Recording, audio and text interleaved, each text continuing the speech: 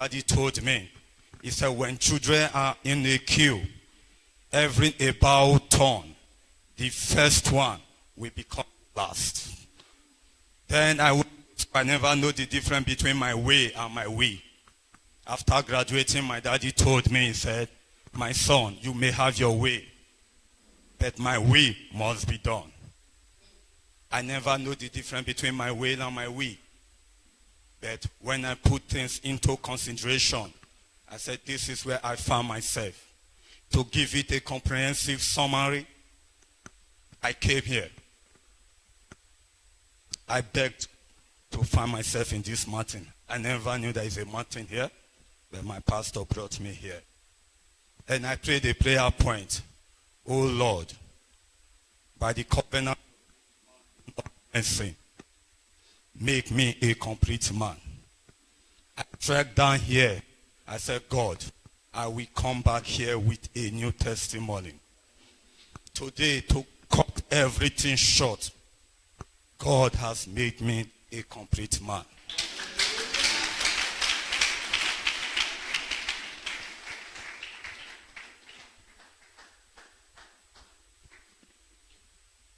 Praise the Lord.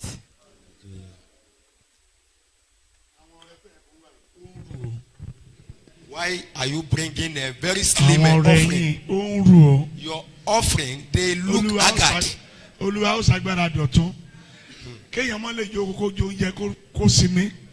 cannot just be thanking or testifying without dropping something. Praise the Lord. Hallelujah. I got to know this mountain in year either 2007 or 2008 when I had challenges in my work. The work was ministry, but I left it, I strongly believe, for a better place then. That was in the late 90s. But for about 8 years that I left, it was hell on earth. And I applied to be reabsorbed, and I was not granted the opportunity. But someone who had known me over time vowed that, what's the problem? You will come back. But I bet you, when he stood in and said this, after about 11 months that I was enlisted, it was terminated. That was what brought me here. I joined a prayer warrior in one CAC there, so since after that time, I can remember I've been there up to 4 or 5 times. In the old job, I was telling God, give me the grace to end meritoriously at 35.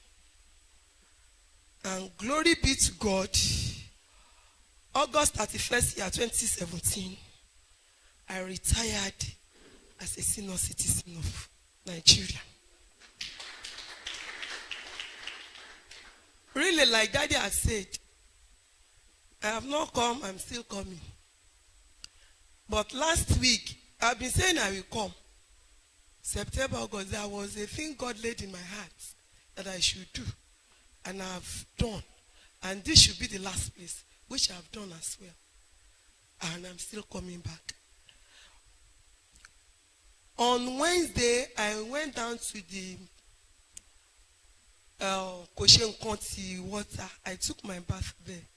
But after taking the bath, since that Wednesday, I don't know. Those around me could testify. I can't just explain. After this year, I spent about another hours in the auditorium.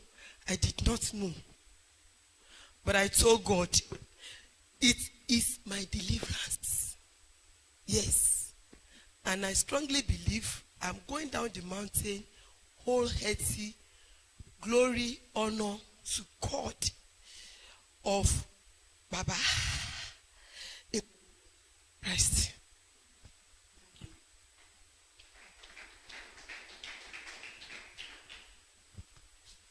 ẹ bá mi yan náà lógo. Tẹ̀yìn tí mo gorí òkè kò tí ì ju wákàtí 5 lọ. Èní ni ọjọ́ kìíní mi tí màá gorí òkè láyé mi. Wọ́n ti ń dárúkọ orí òkè bẹ́ẹ̀.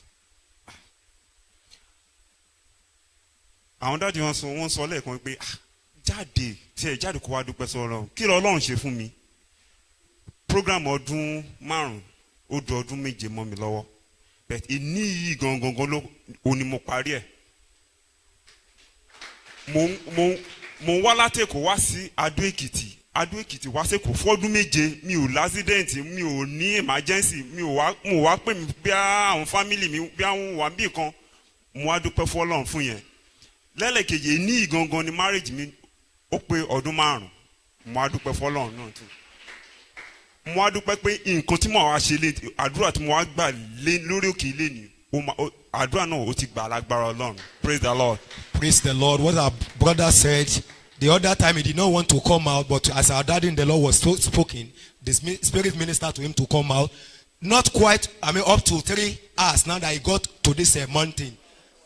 5 hours that he got to this mountain. And today will be the first day that will be stepping on this mountain. So when he look at himself, that what has God done in his life, 5 years program was turned to 7 years program for him. And today will be the day he will complete that program. And he look at himself for God to be taking him and sparing his life from Lagos to Ado and from Ado back to Lagos without anything evil happening to him. That it was what we can testify for. And that's the first testimony. The second one is that today it's married clock 5 years today. Praise the Lord. Praise the Lord. Mo dúpẹ́ lọ́wọ́ Ọlọ́run orí òkè yìí, Ọlọ́run ìyanu, Ọlọ́run tó ń gbọ́ àdúrà. Mo ti wá àdúrà fún àwọn kankan láti ọjọ́ tó ti. Ṣùgbọ́n a ṣe program kan ní last tán wà àwọn náà ṣe program náà jẹ́ yẹn. Wọ́n wá ní kí wọ́n wá fún wa ní prayer point pé ká sọ fún Ọlọ́run kó dá sí ayé wa ní ọ̀nà tí ó yàtọ̀ láti ọjọ́ yẹn mo wá fi sọ́kàn. Ṣùgbọ́n lẹ́ni mo wá dúpẹ́ lọ́wọ́ Ọlọ́run dá sí ọ̀rọ̀ ayé mi lọ́nà tó yàtọ̀ láàrin àwọn ọmọ ìyá mi nínú ilé ọkọ mi. Ọlọ́run wá fi títóbi agbára rẹ̀ ó fi dá sí ọ̀rọ̀ ayé mi lọ́nà tó yàtọ̀. Ní last year October ending mo wá síbí lórí pé kọ́lọ́run kó dá sí ọ̀rọ̀ náà lọ́nà tó yàtọ̀. Mo wá dúpẹ́ lọ́wọ́ Ọlọ́run alágbára Ọlọ́run orí òkè yìí pé ohun tí mo béèrè yẹn Ọlọ́run wá ṣe fún mi lọ́nà tí ó ju ọjọ́ orí mi lọ. Praise the Lord. Hallelujah. Our sister testified to the goodness of God that he has been coming to this mountain for some time now. Last year there was a program here and it was our father in the Lord that was ministering that day. And he offered a prayer point that they should pray that God should intervene in their life in a way that is outstanding. And he has been praying the prayer point since then. But today is testifying to the goodness of God that God has intervened in his own life. Praise the Lord. Hallelujah. Ohun tí mo fẹ́ dúpẹ́ lórí ẹ̀ lójú ènìyàn ó kéré ṣùgbọ́n lójú mi ó tóbi lọ́dọ̀ Ọlọ́run. Torí pé gẹ́gẹ́ bí ènìyàn ọdún 1987 ni mo ti dá ìjọ sílẹ̀. Mo dẹ̀ ń ṣe taratara ṣùgbọ́n ní ọdún tó kọjá yìí wòlíì kan sí èsì wá láti Ọ̀wọ̀ wá sí ìlú mi Òde Ayé Òkìtìpupa ní ìlú mi gbogbo yẹn ń lọ bẹ̀ mi ò lọ mo wá lọ bá nílé kí n lọ gbàdúrà ó ní bàbá olóhùn ní láti sọ̀rọ̀ kankan fún mi o ó ní kí n kúrò ní àgbègbè mi kí n lọ kúrò ní state mi kí n lọ sí orí òkè kí n lọ ọjọ́ 9 mo dẹ̀ lóòótọ́ mo gbóhùn Olúwa mo lọ sí Ẹ̀fọ̀n Alààyè mo lọ ọjọ́ 7 níbẹ̀ mo kúrò ńbẹ̀ mo wá lò ọjọ́ 7 pẹ̀lú ọjọ́ 7 ọ̀hún ni wọ́n Ẹ̀fọ̀n Alààyè náà sọ fún mi pé kí n kúrò ní àgbègbè mi kí n lọ bẹ̀rẹ̀ ìjọ kúrò ní àgbègbè mi kí n kúrò ní gbogbo local government mi wọ́n ní mo lè dúró l'Àkúrẹ́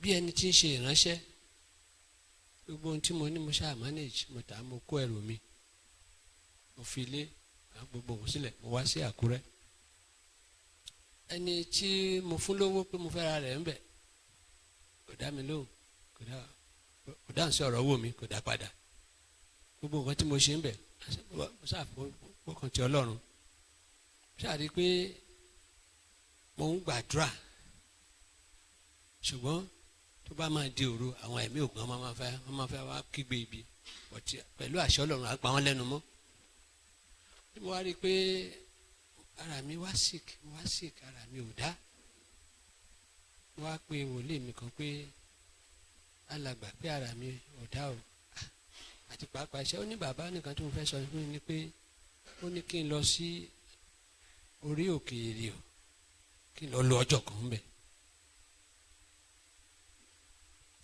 ó ní kí n fọ̀rọ̀ mi lé Olúwa lọ́wọ́ irú iṣẹ́ tó rán mi sí Àkúrẹ́ mo ti gbóhùn ẹ̀ mo lè ti lọ Tinubu náírà pé kí n lọ sọ fún Ọlọ́run pé mo ti dé o gbà tí mo wá tí mo dé bí làṣálẹ̀ yìí gbogbo ara mi ó dàbẹ́ ni pé ọ̀tá mi fẹ́ kú gbogbo inú mi bẹ́ẹ̀ ni pé ọfà ẹ̀gún ó ń jó mi gbogbo ara mi ó ṣà ń já mi jẹ á ní Ọlọ́run ṣé ni mo gbóhùn ẹ̀ tí mo fi wá mo wá lọ sùn níwájú ọ̀tá ń bẹ̀ yẹn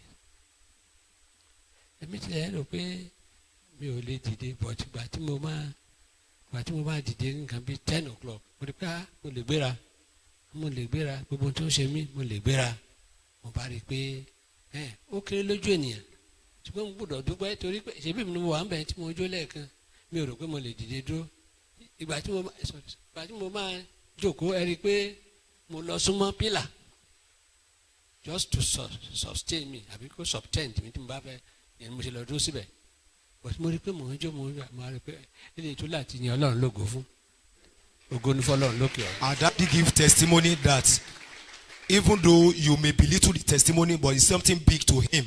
That in 1987 he established a church, and after some time there was a vision came to him, or prophecy, that he should go to mountain to go and spend 9 days. He went there to do it, and a prophecy came that he should leave his hometown and move to another town. He now went to sold all his property and went to Akure. When he got there, he was experiencing different kind of attack. And later on, the Lord told him that he should come to a mountain to spend a single day. When he comes here, he got here, he discovered that he was sweating as if he would die. But to God be the glory, by 10 p.m. this night, he discovered that he was strong. Praise the Lord. Praise the Lord. Mo dúpẹ́ lọ́wọ́ Ọlọ́run fún bíi 30 years in our marriage. Kíni ni pé àbí àwọn ọmọ ká parapọ̀ lọ́jọ́ kan pé a wá sórí òkè kò tí ì ṣẹlẹ̀ rí yẹn ni bá fẹ́ lọ rí òkè dẹ́n ọkọ mi jẹ́ ni tó jẹ́ pé kò fẹ́ wàhálà dẹ́n kò fẹ́ ìrìn àjò ọ̀nà jíjìn rárá. Mo wá sọ fún àwọn ọmọ ìmọ̀ ní tá a bá ń sọ̀rọ̀ wọn ní ogun ìdílé ṣọ́ọ̀ṣì ibi tó ogun ìdílé rẹ̀ ti ń wá ní wá lógun ìdílé bàbá yìí a máa gbé dórí òkè ni bó bá fẹ́ bó bá kọ̀. Mo lọ́lọ́run ṣe àwọn ọmọ yìí wọ́n ti ga jù ẹ́ lọ àjọ máa dórí òkè ni abáyé mú ṣáà lè gbàdúrà yìí lé ní àlè gbà orí òkè láti gbà kò sówó lọ́wọ́ àmọ́ ní owó wà bá ti débi pílò yìí máa rówó ń bẹ̀ aṣáàrùra wa wá.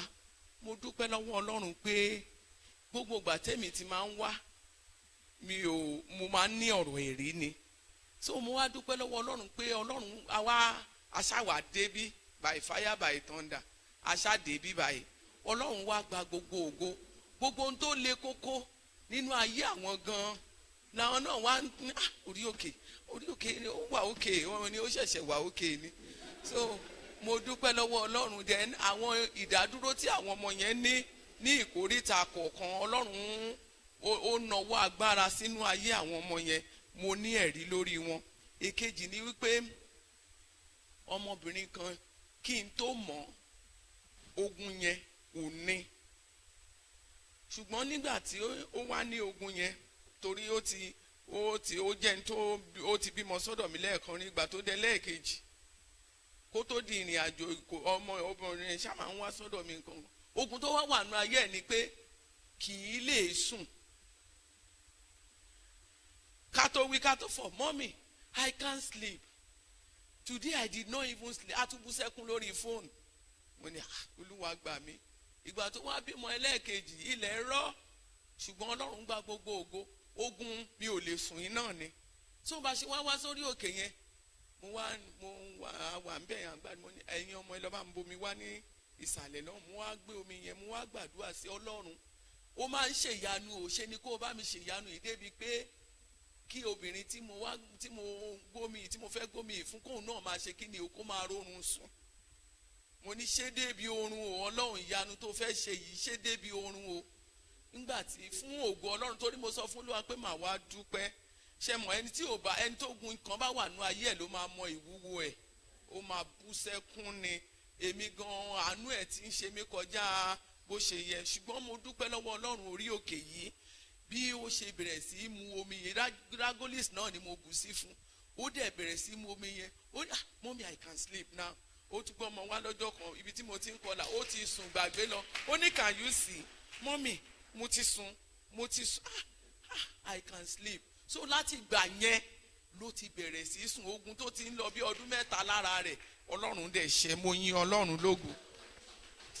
Our mommy is testifying to the goodness of God in her life rather. Now she said that she is a matrimonial home close 30 years today.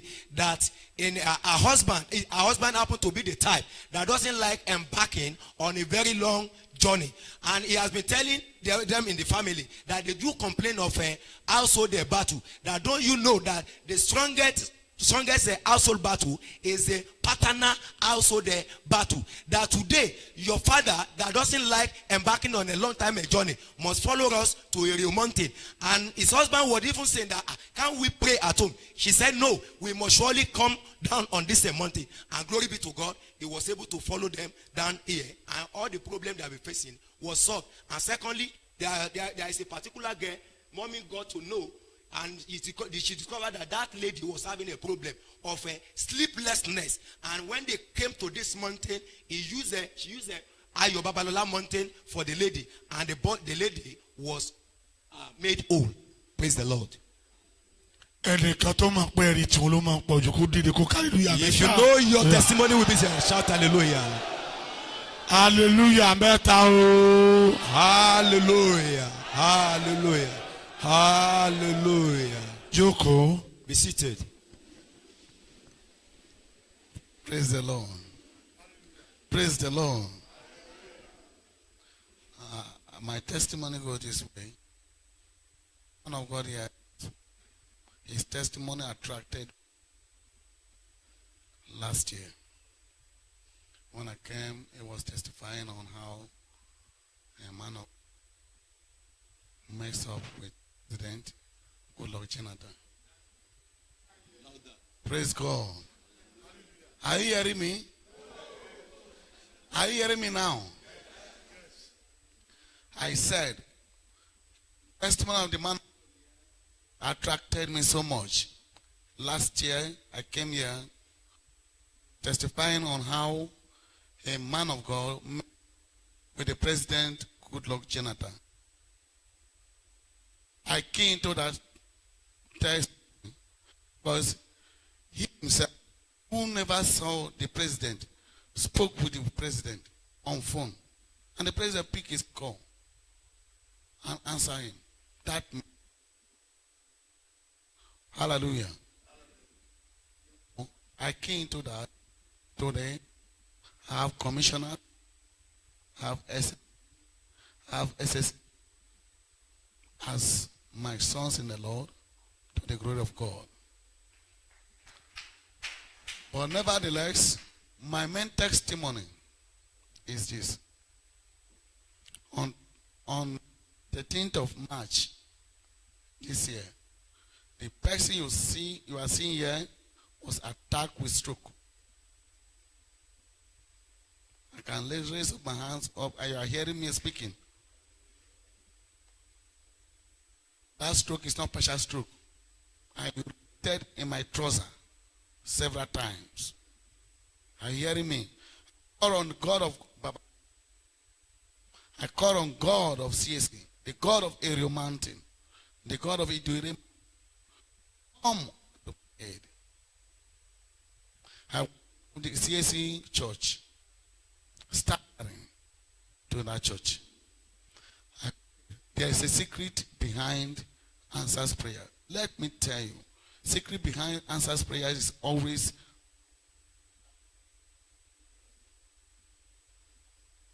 when you pray and go, don't deceive yourself. Pray and drop prayer. You have it. I pray with stroke. I drop offering. Today, am I not jumping?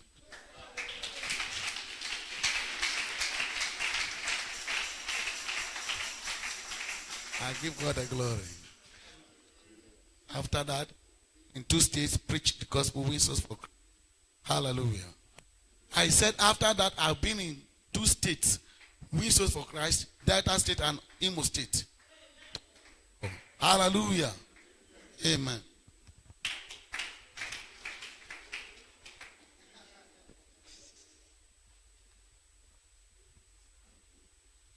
Lord, mo dúpẹ́ lọ́wọ́ Ọlọ́run, mo gbé Ọlọ́run ga gidi. Àwọn bàbá mi wọ́n dà lórí òkè ń bí. Torí pé gbogbo ìgbà tí mo bá ti changes in my family, mi ò lọ́rẹ̀ẹ́, Ọlọ́run ti wọ́n mi kí n tó má rí pé I should not report my husband to anybody. But mo máa ń wá rí àpáta mi láti wá sùn. Títí ó fi ràn mí lọ́wọ́ tọkọ mi gan fi ń bá wá síbí. To God be the glory. My first son and my second daughter, wọ́n parí secondary school. Okay, káwọn ọmọ yẹn tó dàgbé mi àtọkọ mi máa ń sọ lórí bẹ́ẹ̀dì pé àwọn kan dẹ̀ ló ń fọmọ sí private university Olúwa làwọn bọ́ tọkọ mi á máa sọ fún mi pé pẹ̀lú sálárì tá à ń gbà yìí.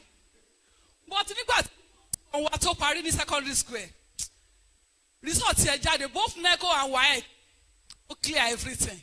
Ọkọ mi ní wow ọmọ yìí ó gbé wájú mi ò mọ what to do but kí ni yẹn lago lórí mi pé Olúwa irú ayé wo ni mo wá tí ọmọ mi ò bá lè lọ sí school tó standard bí mo ṣe wá sórí òkè bí nìyẹn mo bá dó sábà pátá for 3 days nǹkan tí mo kàn sọ ni pé Olúwa ọmọ yìí lọ sí private university it's a must to God be the glory ayérayé Ọlọ́run ti jẹ́ èmi ni kí n tó ti gba sẹ́yẹ̀ sí ọkọ mi ti gbé ọmọ yẹn lọ sí Bowen university ó ní lọ ra provision ọmọ yìí ò lè lọ sí OAU yẹn OAU tí wọ́n mọ̀ ṣe kíní kan kí ló dé àkóbí ò prepare fún yẹn lọ́la ó ti gba admission letter lọ́la ló máa resume.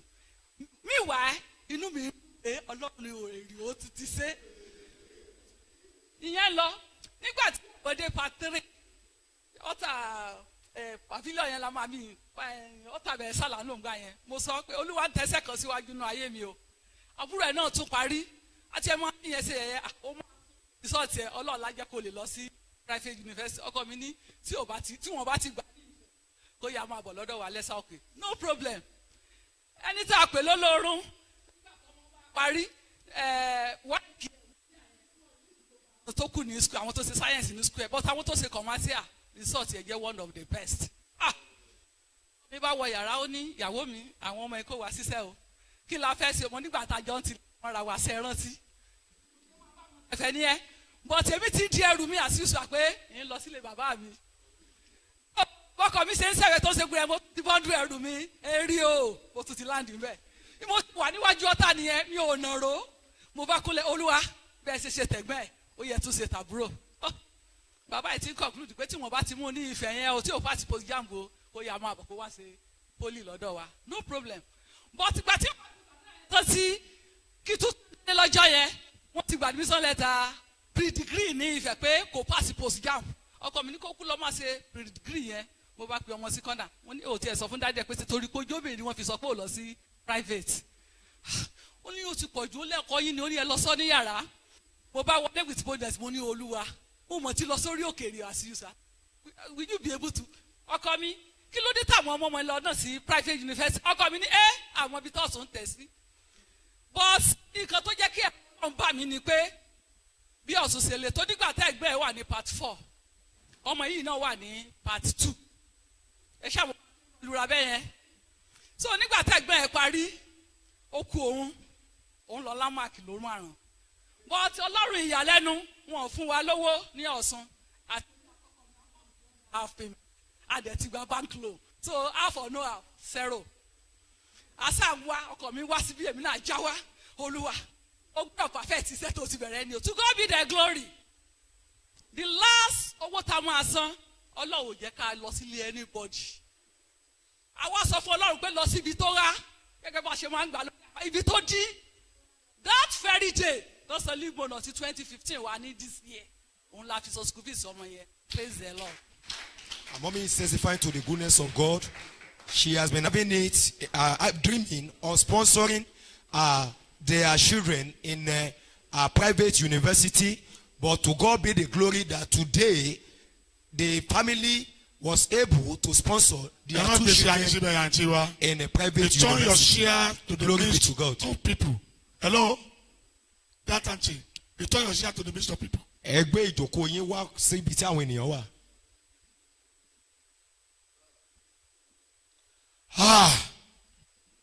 So gbọ́ ọ̀tá wí. Did you hear that? Fẹ́ kọ́ lọ́rùn ó ti wọ́ bi tó wá.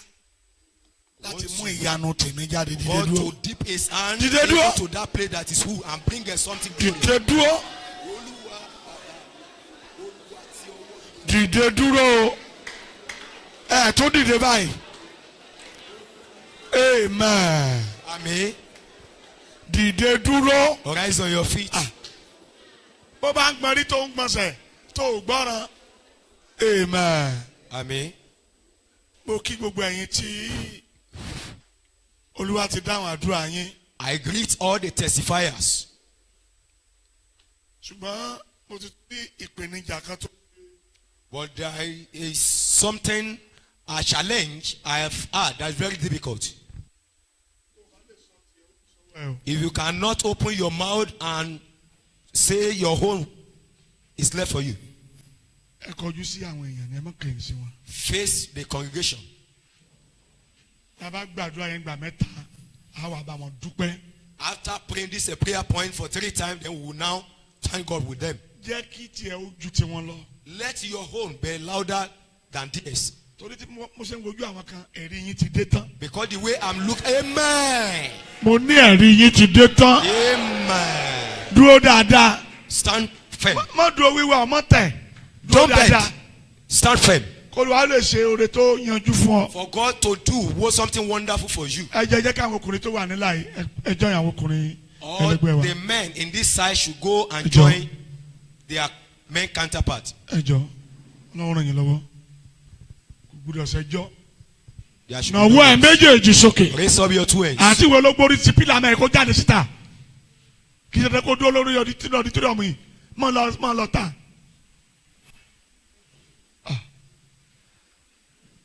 Kó náwó ẹ̀ kó ga ju orí rẹ lọ. Let your hands be above your Ṣé bẹ́ẹ̀ ni head. ló ń gbọ́ yìí? You are listening to testimonies. 0 account. Wọ́n dẹ̀ rí èèyàn mẹ́ta ní private university. Àkáǹtì olówó kankan nínú and they sponsor 3 children in private university. Olúwa ti wọ́ bi tó wá.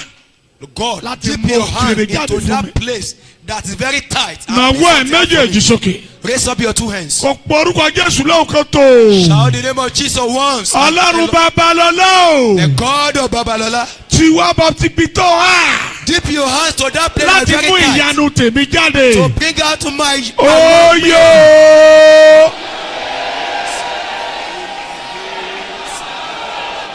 Tí wá bá bi tó wá. Ọlọ́run ayọ̀ Babalọ́lá o.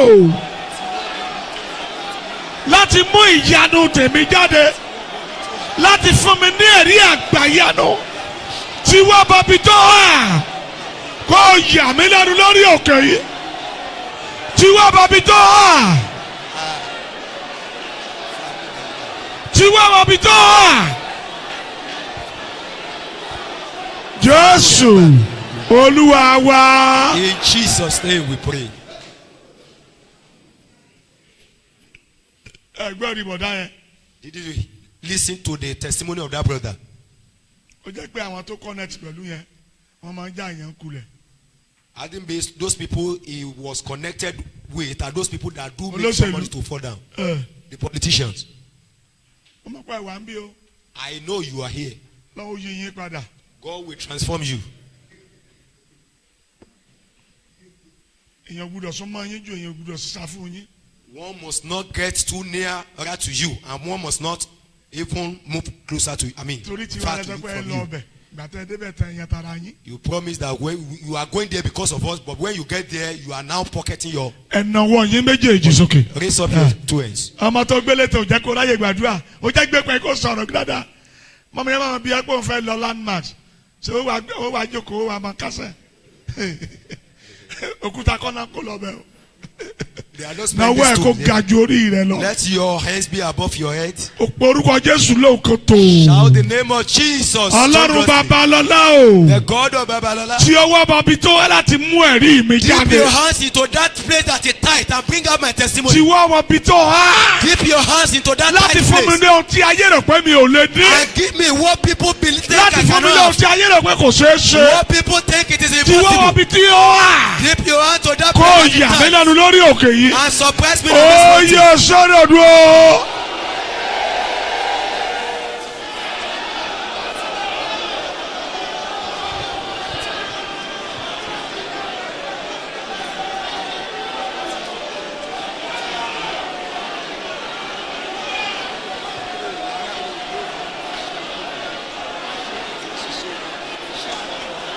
tí wọ́n wọ̀ bí tó wá láti mú ẹ̀rí mi jáde.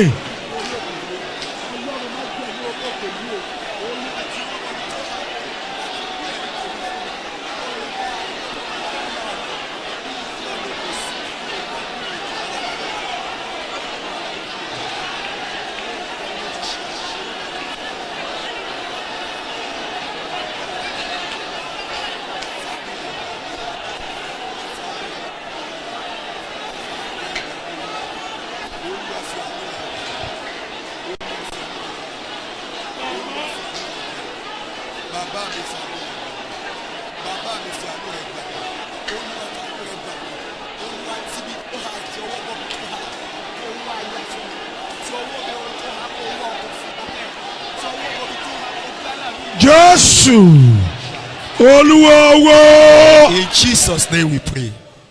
Nàwó ẹ̀ méjèèjì sókè. Set for your two hands. Olúwa máa ṣe ohun tó ṣòro. God will do something impossible, something difficult. Acting to believe. Nàwó ẹ̀ kó ga ju orí rẹ lọ. Let your hands be above your head. Tí májẹ̀mú bá wà lórí òkè yìí. If truly there is covenant on this mountain, Àdúrà tó ń gbà yẹn kò ní lọ lásán. amen. Má rora rẹ pin o.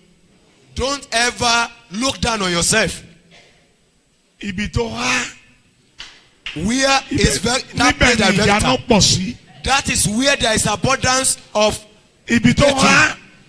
Ló Where, tó dára wà. that is where there is goodness. Ibi tó wá. That place that is very Ohun tó tight. ṣòro gbàgbọ́ ni. What is very difficult to believe. Nàwó ẹ̀ méjèèjì kó ga ju orí rẹ lọ. Let your hands be above your heads. Ọlọ́run orí òkè àánú. The God of the mountain of mercy. Májẹ̀mú orí òkè yìí. The covenant of this mountain. Tí ọwọ́ rẹ bọ̀bí tó wá nítorí Keep your yìí. hands to that place that is tight because Mú of ẹ̀rí tó ṣòro gbàgbé jáde fún mi. the testimony that is very difficult to believe. Ó yẹ sọ́dọ̀ dúró.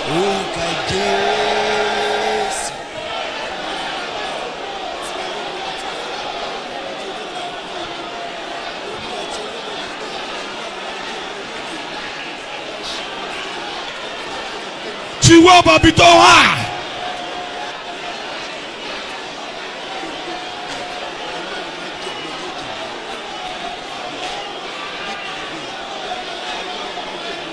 Jésù Olúwa wá. In Jesus' name we pray. Bí a ti wí yẹn Olúwa kó dáhùn ẹ̀. As you are praying, so shall it be. Ìrìn ìyanu tí ayé yóò fi kó kìkì rẹ lórí àwọn èèyàn yìí Olúwa kó rìnrìn náà. Ó tún ní bẹ́ẹ̀ kò yí padà. Ògo ni forúkọ Olúwa. Hallelujah.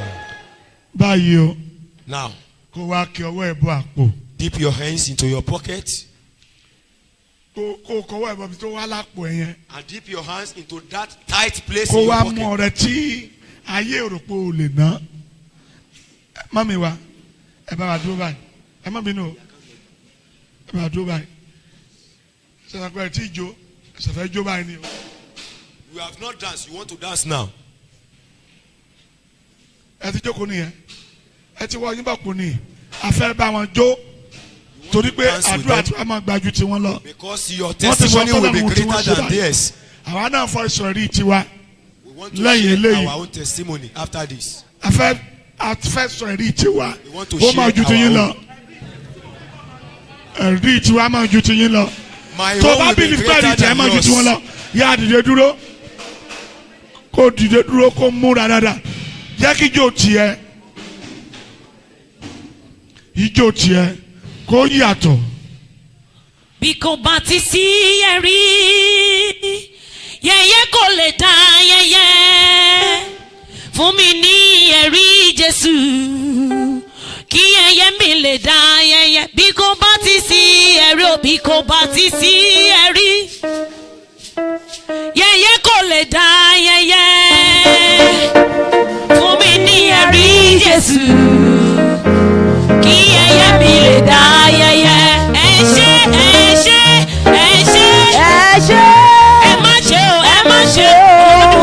Elédùmarè ọba mímọ́ ọba mímọ́ ọba ògo ọba ògo ẹ ṣé ẹ ṣé ẹ ṣé ẹ ṣé àwọn dúpẹ́ àwa dúpẹ́ ẹ má ṣe ẹ má ṣe Elédùmarè Elédùmarè ọba mímọ́ ọba mímọ́ ọba ògo ọba ògo tálẹ́rì kan tálẹ́rì kan tálẹ́rì kan èmi ni.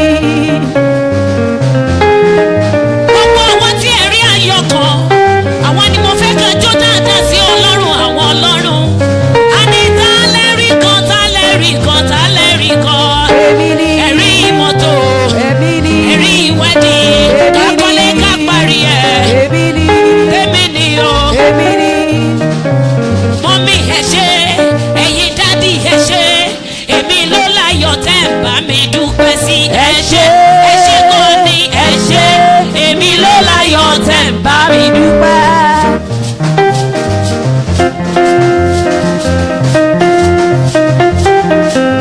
Ẹ ṣé gbogbo ènìyàn ẹ ṣé èmi ló láyọ̀ tẹ́ ń bá mi dúpẹ́ sí ẹ ṣé gan ni ẹ ṣé èmi ló láyọ̀ tẹ́ ń bá mi dúpẹ́. Ó dáná gbogbo ẹni tó mọ̀ wípé olùpẹ́ kan ní kó tẹ́wọ́ pẹ́rẹ́ síwájú wọ́n wí pé bàjẹ́ ẹ̀bùn pé mi máa rè ó bàbá.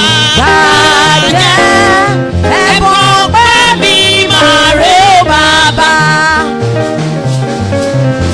Bàjẹ́ o ẹ̀bùn pé mi máa rè Ọlọ́run mi. Bàjẹ́ ẹ̀bùn pé mi máa rè ó bàbá.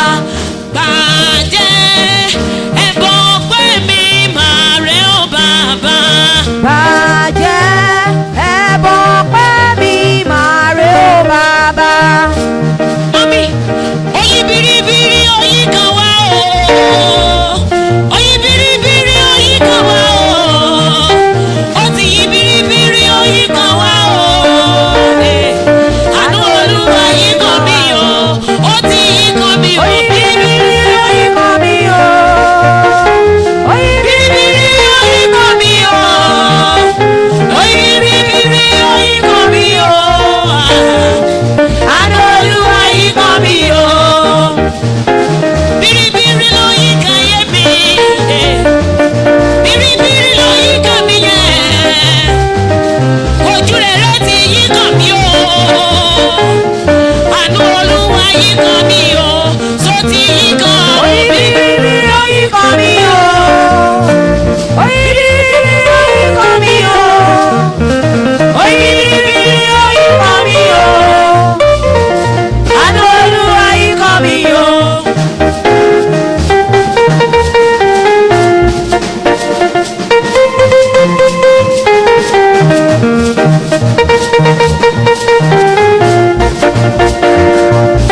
lọ́pọ̀lọpọ̀ fún oore ọ̀fẹ́ àti àánú yín olùgbà ọpẹ́ wa gba ọpẹ́ wa gba ọpẹ́ wa gba ìyìn wa gba ọpẹ́ Olúwa. Àmín. Wọ́n dúpẹ́ oore tó ṣe fún wọn. Wọ́n ké pè ọ́ ní ìkọ̀kọ̀ ṣùgbọ́n wá sí gbangba láti sọ ẹ̀rí ohun tó ṣe. Ayérayé gba ọpẹ́ Olúwa. Ọba tí ò dójú àdúrà tìyín. Ẹni tẹ́ ẹ pè ní ìkọ̀kọ̀ tẹ́ ń dúpẹ́ ní gbangba lónìí. Àgbé Ọlọ́run ká lọ́pọ̀lọpọ̀. Olúwa gba ọpẹ́ Olúwa. Gba ọpẹ́ Olúwa. Gba ọpẹ́ Olúwa. Àmín. Ẹ̀yin èèyàn Ọlọ́run yìí ẹ bá wọn jáde ẹ jó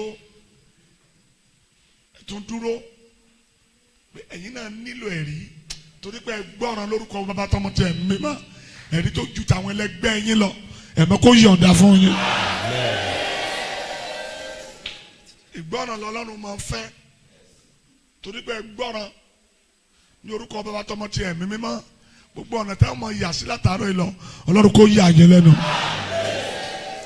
ẹ̀mẹ́ kó yà yín lẹ́nu alágbára kó yà yín lẹ́nu atóbijù kó yà yín lẹ́nu torí pé ẹjọ́ iwájú ọba àwọn ọba ẹ̀kú ìkọ̀kọ̀ tá ẹ ti sún ní orúkọ Jésù kó dẹ̀rí ayọ̀ fún yín òun tẹ́ fi inú yín rò tẹ́rù ń bà yín lé lórí bí Olúwa ti ń bẹ tí ẹ̀mí rẹ̀ ń bẹ lórí òkè yìí má jẹ́ mórí òkè yá kó yanjú rẹ̀ fún yín mo ní kó yanjú rẹ̀ fún yín kì í ṣe pé ẹjọ́ lásán ẹ tún mú ọ̀rẹ́ wá ní orúkọ bàbá tọmọ tí ẹ̀mí mímọ́ ọ̀rẹ́ tó jọjọ́ orí yín lọ wúlá kó fi ta yín lọ́rẹ́ àdọ́wọ́lé yín kó yọrí sí rere ìbéèrè yín kó tẹ̀ yín lọ́wọ́ Ọlọ́run apọ́sọ̀ ìbára kó yà yín lẹ́nu mo ní kó yà yín lẹ́nu ogun yín yẹn kó di ògo mo ní kó di ògo kó di ògo kó di ògo ó ti rí bẹ́ẹ̀ kò yí padà Jésù Olúwa wa. Ẹ bá wọn kí hallelujah méje o. Shout 7 hallelujah. Hallelujah. Hallelujah. Hallelujah. Hallelujah. Hallelujah. Hallelujah. Ògo. Yes. Má jókòó. Don't sit down. Ó wá jókòó ń bí. You are not here for sitting. Iye àwọn tó wá Ọlọ́run wá ní kó dìde dúró. As many that came in search of God should stand up. Àwọn tó mọ̀ pé ọmọ tó ń bá wá. You know your purpose here. Ọmọ tó wá ṣe lókè. You know the purpose of being Àwọn nìkan here. ni kó dúró. You are the one that should stand. Ẹ pọ orúkọ Jésù ní ìgbà mẹ́ta. Shout the name of Jesus Ẹ 3 sọ fún times. Olúwa. Tell God. Agbára tó mọ yíta ayé ènìyàn padà lórí The òkè. power that transforms one's life or story. Ó yá Olúwa yọ̀ǹda rẹ̀ fún mi lórí. Lord, release it for me tonight. Agbára tó mọ yíta ayé ènìyàn padà. The power that transforms one's story. Agbára tó mọ sọ ìbànújẹ́ èèyàn dayọ̀ lórí The òkè. power that turns a sorrow to goodness. Olúwa yọ̀ǹda agbára náà fún mi báyìí. Lord, release the power for me. Ohun tí mo wá nìyẹn. That is Ohun my tó pé mi purpose wá of being. nìyí Olúwa. That is my purpose of being here. Agbára tí ó yíta ayé mi padà. The power that transforms Ó the soul yá of my Olúwa life. yọ̀ǹda rẹ̀ fún mi. Release the power for me. Ó yá sọ́dọ̀ dúró.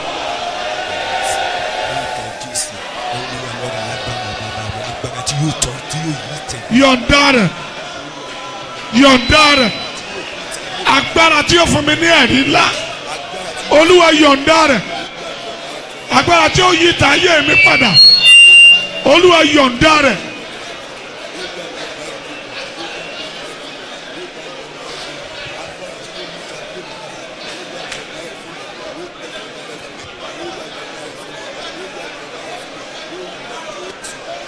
Olúwa yọ̀ǹda rẹ̀.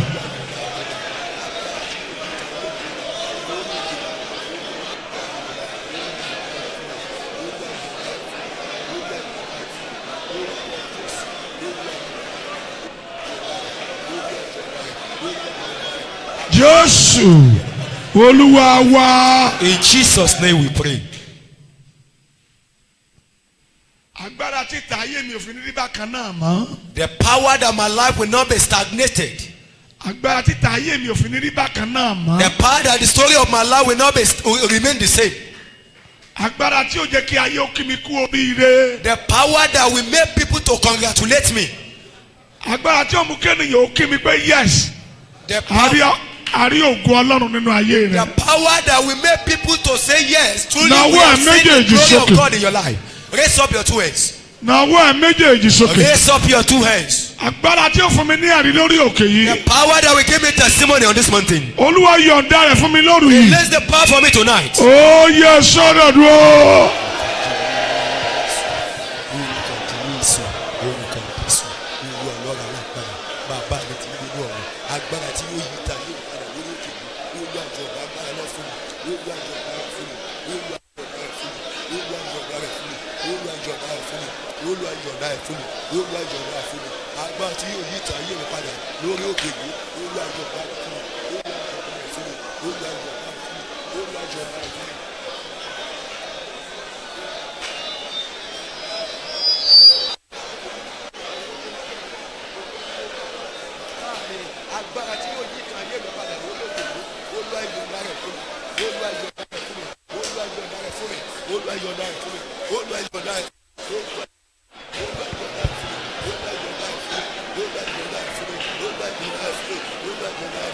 Jésù Olúwa wa. In Jesus' name we pray. Nàwọ́ ẹ̀ méjèèjì sókè.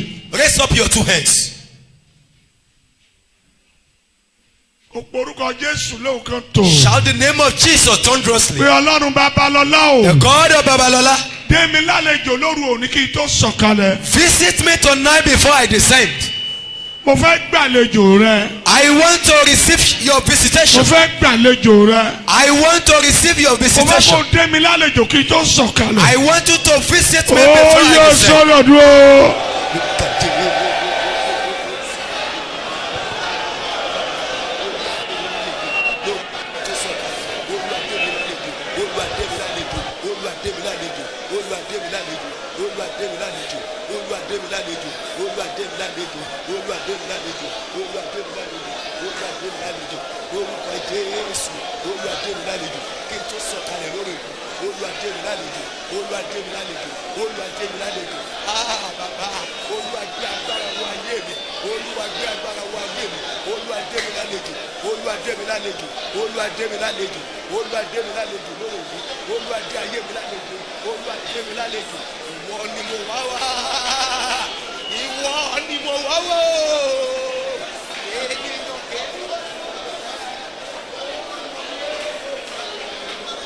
Jésù Olúwa wa. In Jesus' name we pray. Listen. Ọlọ́run ó ràn wá lọ́wọ́ o. May God help us. Mo gbàgbọ́ pàdúrà làwa gbà lórí òkè. I believe we came to pray on this mountain Fún ara rẹ àbí fún ènìyàn. for yourself or for someone else. Mo màmá gbójú kúrò lọ́dọ̀ ẹnìkan lánàá ni. I deliberately took off my eyes away from someone yesterday. Ó yẹ kí n lé bọ́ọ̀lẹ̀ pátápátá. I supposed to chase the person down. Ẹ̀yin ẹni tí Ọlọ́run pè. Those of you that are called by God, Tí Ọlọ́run ní kẹrẹ gbàdúrà lórí òkè yìí. that God sent you to go and pray on this mountain. Gbogbo yín lẹ mọ̀ pé èèwọ̀ ni. All of you know that it is an abomination. O gbúdọ̀ sọ́ra ẹni dé bàbá orí òkè kó máa gbàdúrà fún yàn. You must not turn yourself to fathers of this on this mountain to be praying for people. O wá gbàdúrà tiẹ̀. You have come to pray for yourself. Mo rò pé àmà. I believe you know that. Ẹ̀ṣẹ̀ ni. It is a sin. Àwa náà wọ́n ń gorí òkè o. We too do climb mountains. The fathers on this mountain, they do climb Mi ò mountain. mọ orú kan tí mo bí kò sí bó ṣe súnmọ́ mi tó mi lè gbàdúrà fún ẹ. There is no how closer you may be to our father, he will not pray for you. A ti gbọ́ pé ilẹ̀ kidnap àwọn ọmọbìnrin lọ sí Èkó. We have heard that you people are the ones that kidnap some ladies down to Lagos. Àdẹ̀tí ní ẹ̀rí ẹ̀dá ni. And we have gotten the testimony, Ẹ̀rí pé with the witness, tí a lè fi wọ̀nyí pé wọ́n ṣe ń bẹ́ẹ̀. the witness that truly they are doing this. Ẹ̀ṣẹ̀ ni o. It is a sin. Tó bá jẹ́ ká kidnap ẹ̀ náà torí pé ológun. Because you have battle, if you allow someone to kidnap you, O wá gbàdúrà lórí òkè àánú. you have come to pray on the mountain of mercy. Sọ̀kalẹ̀ máa lọ gbàdúrà fún ẹ church mi ní lẹ́kọ̀ọ́. For someone to tell you that you should descend, he will go and pray for you in his church in Lagos. ẹ̀mú dání báyìí. Just take note of that. ṣùgbọ́n láti àkókò yìí lọ. But henceforth, èèwọ̀ ni o. it is an abomination. o wá sórí òkè wá gbàdúrà. You have come to this mountain to pray for yourself. ẹni tó o mú wá. The person you did not bring to this mountain, ó pàdé ẹ̀ lórí. you just meet the person here. kì í sọmọ ìjọ rẹ. It's not your church member, he or she. ohun tó tẹ̀lé. You don't know the consequence. Hadn't been you know the consequence, you will not do it. ìyẹn ni kó fi tiẹ̀ sílẹ̀ òun wà kàn mí. That means you have left your own aside. You are looking after another thing. ẹ̀yin àti ni màá kìlọ̀ fún ẹ ṣọ́ra yín. I want to warn the sister that you should be careful. iṣẹ́ tọ́lọ́run ò bá rán ọmọ wa jẹ lórí òkè yìí o. Any message that God has not sent you, don't come and deliver it on this mountain. pásítọ̀ kan wá ní àárín ọ̀sẹ̀ Tuesday precisely. A pastor came on Tuesday, láti Ògbómọ̀ṣọ́. all away from Ogbomoso. ó dárúkọ ẹni yẹn pé ó ṣe kan ó ṣe bákan mo ní ó ní ṣe mo mọ̀. He mentioned the fact that somebody did something here. He said, our father in the Lord knew the person. mo ní mi ò mọ̀. Our father said he just didn't know the person. kò tẹ̀ lè wá sọ́dọ̀ mi. That he could not even come to our father. kò tó bẹ́ẹ̀. That far be away from it. ìyẹn abala kan. That is one part. nítòótọ́ ọkọ ló gbé ẹ débí. Truly you came here because you are looking for husband. ṣùgbọ́n tó bá jẹ́ kẹ́dùn àwọn gbà lọ́nà tí ò tọ́. But if you want your prayer to be answered in a wrong way, ó fi kásẹ̀ ẹnu kẹ́yìn ni o. you are going to regret at last. àwọn kan ti ṣe wọ́n ti ṣe irú ẹ̀ gbà tó yá àwọn fúnra wọn ló léra wọn lórí òkè. Some people, they have done it before. When it was time for them, they were the one that chased themselves from this mountain. ìwọ tó wá ya wá ẹni tó wọkọ̀ wá sórí òkè ogun ló gbé wá ẹni tó wá ya wá ogun ló gbé wá. so tólógun méjì bá sì rúra wọn mú. The one that is looking for husband on the mountain brought battle, and the one that is looking for a wife is also looking for battle. That means two people having battle have already met. àwọn kan gbé tiwọn náà lónìí so kò sí kẹtí ó yẹ kó gbérú ẹ ṣùgbọ́n àwa kó ló dà yẹn pọ̀. Just believe that we are not the father on this mountain are not the one that got you. I mean that engage you. kíyè sára o. Be careful. bẹ́ẹ̀ máa ń gbàdúrà ọmọ sọ́ra ni. If one is praying, you have to be careful and watchful.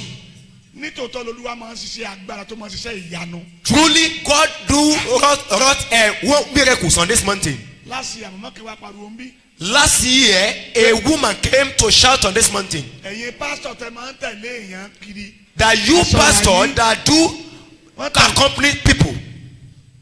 ó pàdé lórí òkè orí ẹ̀múladó. He met her on this mountain and took her down to Ado. bó ṣe mú ìyàwó lọ nìyẹn. That was how he got her wife and took her away. màmá lòun ò rí mọ́ ohun ọmọ àdírẹ́sì ẹni tó sọ ọmọ òun. And the woman doesn't know the address of the person that wanted to marry her daughter. sábà yẹ bẹ́ẹ̀ ni a nylon bag. If you are caught like somebody that has just caught a poly bag, that is your own cup of tea. kíyè sára o. Be careful. dìde dúró. Rise on your feet. dìde dúró. Rise on your feet. kíyè sára o. Be careful and watchful. gbogbo ẹ̀yin tẹ́ wá gbàdúrà ẹ kíyè sára o. Those of you that came to pray, be careful. èèwọ̀ ni. It is an abomination. ẹni tó mú wá láti ilé kó wá máa gbàdúrà fún. The one you didn't bring from home to be praying for him here or her. nawọ́ ẹ̀ méjèèjì sókè. Raise up your two hands to the Lord. olúwa tó gbé mi dórí òkè yìí. Lord, what brought me to this mountain? òun ni kó bá mi yanjú. I want you to solve it for me. èyí tí ò kàn mí. And the one that doesn't concern me, má jẹ́ ó so mọ́ mi o. don't let it be attached to me. ogun wà nù kó sàdé rọrẹ pàpàǹdodo. For you to just see your friend. ogun ni o. And that's a battle. nawọ́ ẹ̀ méjèèjì sókè. Raise up your two hands. orúkọ Jésù dáadáa. Shout the name of Jesus aloud. ó sọ fún olúwa. Tell Lord.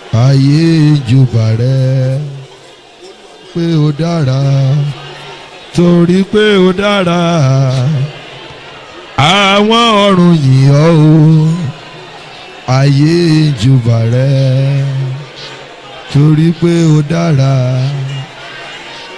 torí pé ó dára àwa jẹ́wọ́ rẹ pé ìwọ Olúwa àwa yìn ọ́ àwa yìn ọ́ Ọlọ́run wa àwa jẹ́wọ́ rẹ pé ìwọ Olúwa.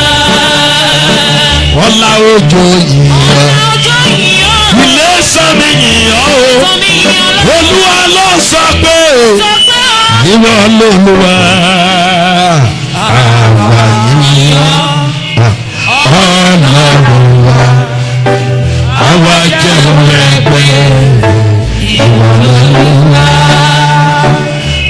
àwa yìn ọ́ Ọlọ́run wa àwa jẹ́wọ́ rẹ pé ìwọ Olúwa àwa yìn ọ́ Ọlọ́run wa àwa jẹ́wọ́ rẹ pé ìwọ Olúwa.